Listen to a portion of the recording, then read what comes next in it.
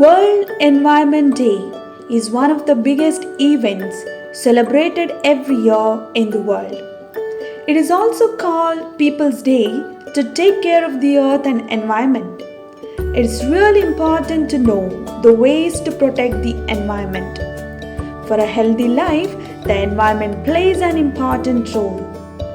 Someone rightly said, the difference between animals and humans is that animals change themselves for the environment, but humans change the environment for themselves. The environment is like a neighborhood, its surrounding conditions affect us and also modify development. Since 1974, World Environment Day has been started celebrating as an annual event on every 5th June to raise the importance of the healthy and green environment in the human lives, to solve the issues of the environment by implementing some positive environmental actions by government, organizations and individual as a whole. There was a turning point in the year 1972, the development of international environmental politics, that is, the first major conference on the issues of environment was convened under the United Nations from 5th to 16th June in Stockholm. It was also known as the Conference on the Human Environment. Its aim was to commonly look into the challenge of preserving and enhancing the human environment. Then, on 15 December in the same year, the General Assembly adopted a resolution designating 5th June as World Environment Day. Further, another resolution was adopted by the General Assembly on 15 December that led to the creation of the United Nations Environment Programme. First time World Environment Day was celebrated in 1974 with the slogan, "Only One Earth." Thereafter, every year, a particular country was called to host the celebration of World Environment Day with a meaningful theme. So, the World Environment Day of 2011 was hosted by India. It was the first time for India to host the day. The theme for 2011 was Forest, Nature at Your Service. Thousands of activities were organized worldwide. Once again, in the year 2018, India got the second privilege to host the program with the theme Beat Plastic Pollution. It is hoped that people may strive to change their everyday lives to reduce the heavy burden of pollution. Then what is the main concern behind celebrating this day? It is necessary to address environmental issues like deforestation, increasing global warming, wastage and loss of earth, pollution, etc.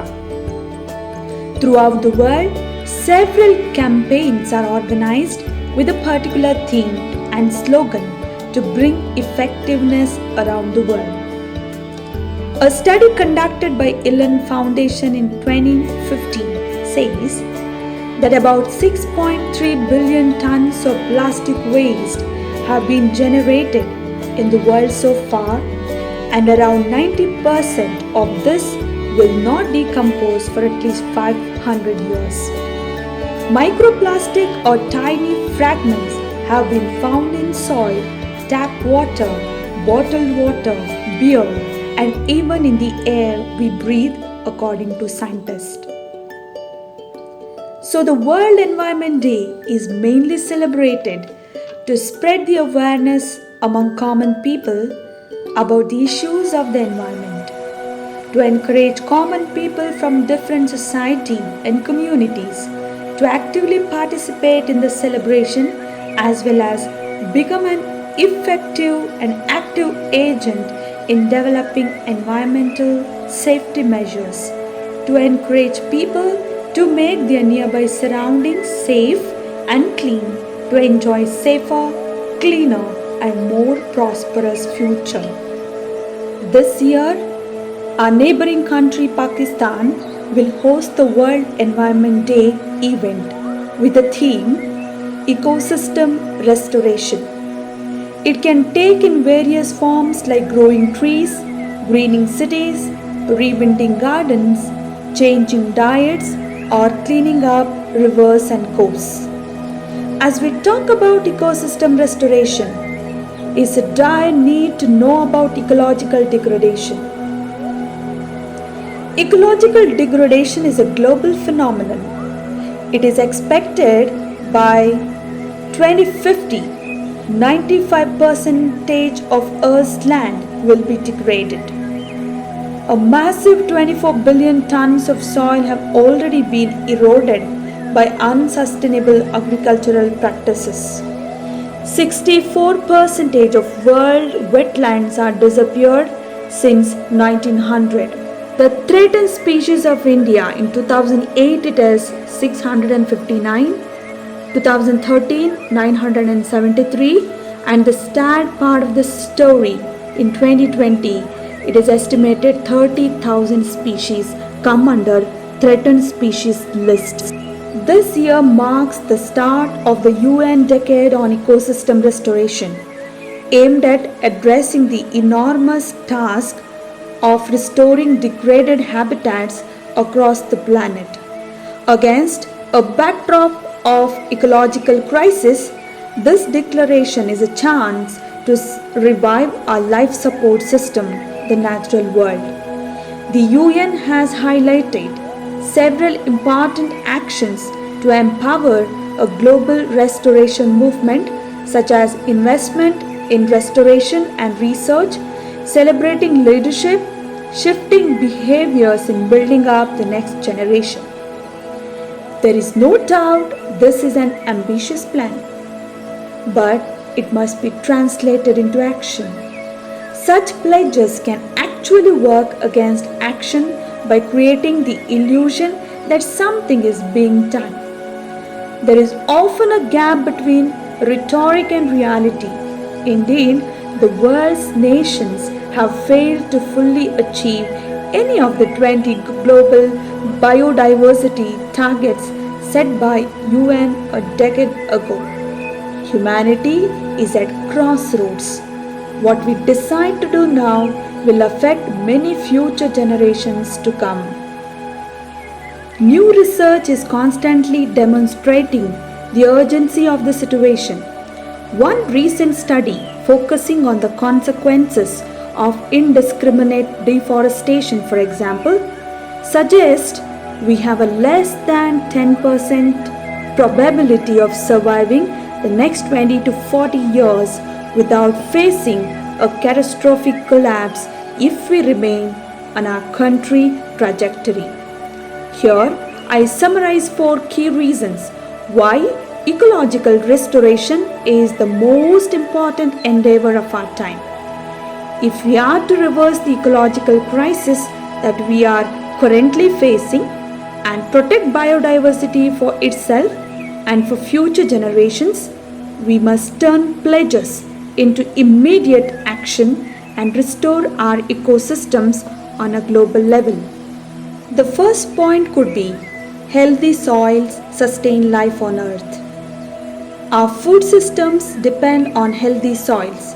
The revival of plants, crops, and forests depend on the revival of degraded soils. This depends on the restoration of the complex relationships between the soil, the plants, and a plethora of microbes, including fungi, bacteria, and viruses. Healthy soils thrive with these microscopic life forms. They are essential for plant growth and protection against diseases. Soil degradation not only threatens the intrinsic value of the ecosystems, but also our ability to produce healthy and sustainable foods. And protecting and reviving our soils and their microbial friends is a key not only for humans but for the diverse yet declining plant and animal species that depend on them. Second point, our relationship with nature is failing. Ecosystem degradation is contributing to our failing relationship with nature. People's accepted view of ecological conditions are continually lowered, a phenomenon known as shifting baseline syndrome. Restoring our emotional connection to nature, known as nature connectedness, is therefore important. People who feel more connected to nature are more likely to engage with actions such as wildlife conservation, recycling, and supporting environmental organization. Simple actions such as acknowledging the good things we see in nature each day, whether it is a robin's dawn chorus or the vibrant chorus of wildflowers, can do this. Let's check out these pathways to achieving a closer connection with nature. The third point could be indigenous cultures and knowledge is being lost. Indigenous culture is intimately connected to the land.